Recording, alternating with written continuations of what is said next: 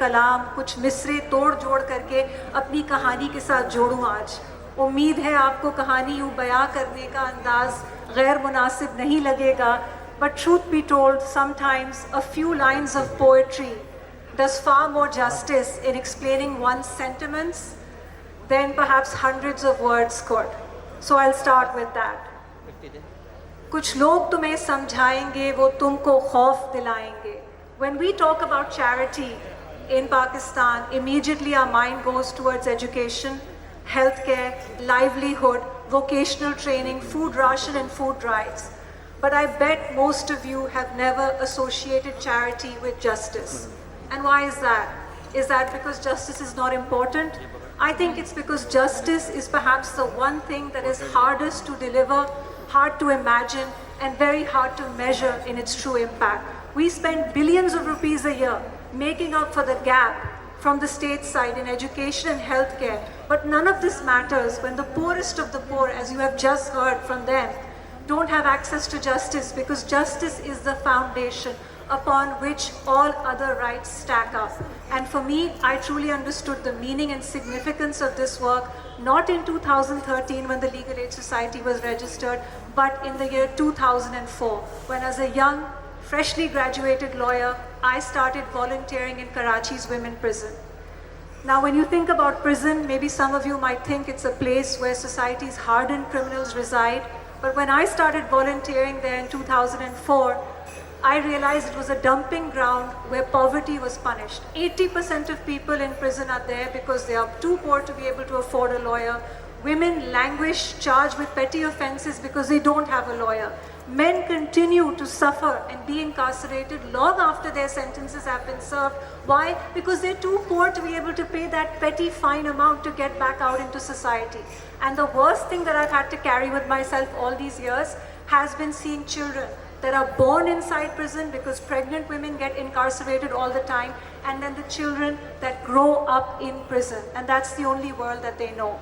In 2004, my grandparents, Justice Nasir Aslam Zahid and my late Nani, Dr. Farad Zahid, chose to step into the darkness of this world with one pen, one mission, and one chair, literally. Their mission was that no one deserves to be in prison that shouldn't be there, who is innocent. And together we started this work, and I'm very happy to tell you, after 2 decades of working in prisons, we have helped secure the release of 30,000 innocent prisoners.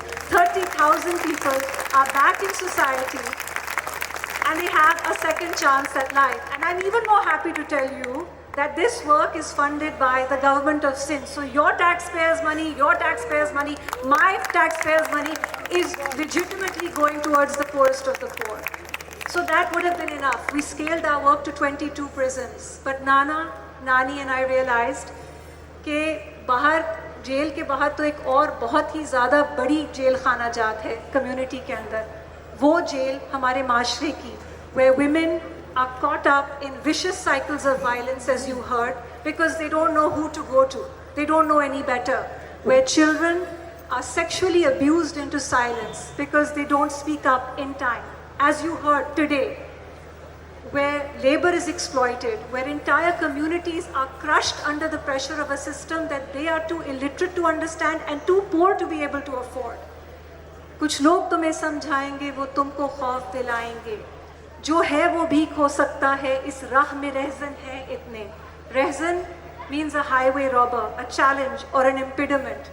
And over here, what was the challenge? 2.6 million cases pending before 3,000 judges. Even if they were 24/7 for 25 years back to back, they cannot give you expedited, swift justice. 1 in 3 women suffer some kind of sexual violence or domestic violence.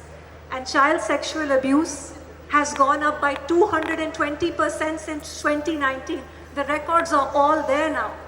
And so this was the background in which we, my Nana, Nani and I, like-minded people, we have Dr. Habiba over here, we used to have Ayaz Babar Sahab with us, we used to have Mehmood Mandviwala Sahab. We all got together as the founding members of Legal Aid Society with just this mission to bridge the chronic justice gap. And we started the painful, slow, thankless work of representing those that don't make it to the media headlines, but who need the system to work for them the most. तो रहज़न जो था ना, वो judiciary की नाअहली या corruption नहीं था, वो पुलिस का रवैया हमारे लिए नहीं था। हमारे लिए वो रहज़न, वो चैलेंज क्या था? ये सोच कि यार कचहरी में तो इंसाफ नहीं मिलता, एक आम आदमी की आवाज़ कौन सुनेगा? आप कोर्ट जाके तो ऑर्डर नहीं मिल सकता, ये केसेस आप जीत नहीं सकते। कुछ लोगों ने मुझसे आज यही बातचीत करी कि you know, how are you managing this? It sounds too good to be true, but we prove the naysayers wrong. इस राह में रहज़न है इतने, कुछ और यहाँ हो सकता है।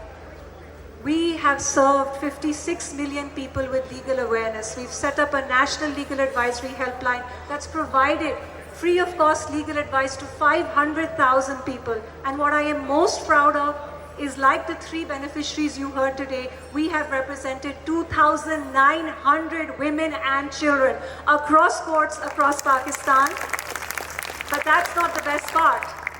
My team of lawyers, Bassam is here, Farah is here, we have won 84% of them. And that is not just one person's win. Every time we put a serial child molester or a serial rapist behind bars, it's not just the child or the child's family that's vindicated. Hundreds of kids in that basti and in that neighborhood go home safe and secure. When we help a victim of rape, she knows the system speaks for her. When we help a woman get her Sharia given right to inheritance, it's not just her whose financial future is now secure. It's generational transformation for her children, for her nuclear family. And so time and time again, our lawyers have proved the system can work for you if you have someone standing by your side. इस राह में रहज़न है इतने, कुछ और यहाँ हो सकता है। अरे कुछ और तो अक्सर होता है, और हुआ हमारे साथ। जनवरी इस साल के अंदर, through one stroke of the pen, the US administration sucked out $86 billion from the global aid economy. 80% of our work crashed overnight, and we did not know what to do. I had a team of 300, we were down to 16. I had 60 lawyers, we were down to a handful that still came even though we could not pay them. But the phone lines at our call center kept ringing. The communities kept knocking on our door, asking us for legal assistance, just like the people that you heard from today. इस राह में रहज़न है इतने, कुछ और यहाँ हो सकता है। अरे कुछ और तो अक्सर होता है, पर तुम जिस लम्हे से जिंदा, वो लम्हा तुमसे जिंदा है। We had 2 choices. Pack up, do something else. It's too difficult. We're a local organization, we're not an INGO. And the other was to figure out how to do this. I'll be very honest tonight, my husband is here. I don't know if he'd like to hear this. I have 2 children. It was tempting to think about giving up, going back home. My son is a teenager, he doesn't need me anymore. I've missed all the milestones. He's a young man now. But my youngest is 9. I thought in that moment that I could be that mother that would turn up at all the galas and all the play dates, and I could pick and drop my child. I thought, you know, I've given up so much. This work continues day and night, weekend, weekday. There's never a break. And I'd spend more time with my very supporting husband. But as he knows, and my team knows, we never had a choice. When the funding crash happened, we had 600 beneficiaries in courts relying on us. Victims like this, who had no one else to speak for them. पर तुम जिस लम्हे से जिंदा, वो लम्हा तुमसे जिंदा है। ये वक्त नहीं फिर आएगा। And so we chose to continue the good fight. Why? Because some of you and some corporates stood up and helped us when we needed them the most.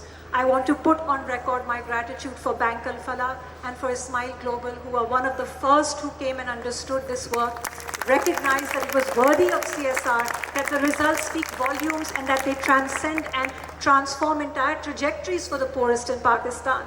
And so we continued. But the need far exceeds our capacity. तुम जिस लम्हे से जिंदा, वो लम्हा तुमसे जिंदा है। ये वक्त नहीं फिर आएगा। There is urgency.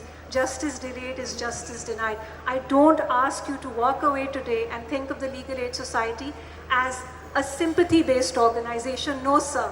No, madams. No. Look at this as a high-return social investment. in the future, if you want to live in Pakistan, to create just and equal society, to send a message out to neighborhoods and communities that the law protects you. It works for those with position, power and privilege, but it can also work for you, that you also matter. You are also an equal citizen.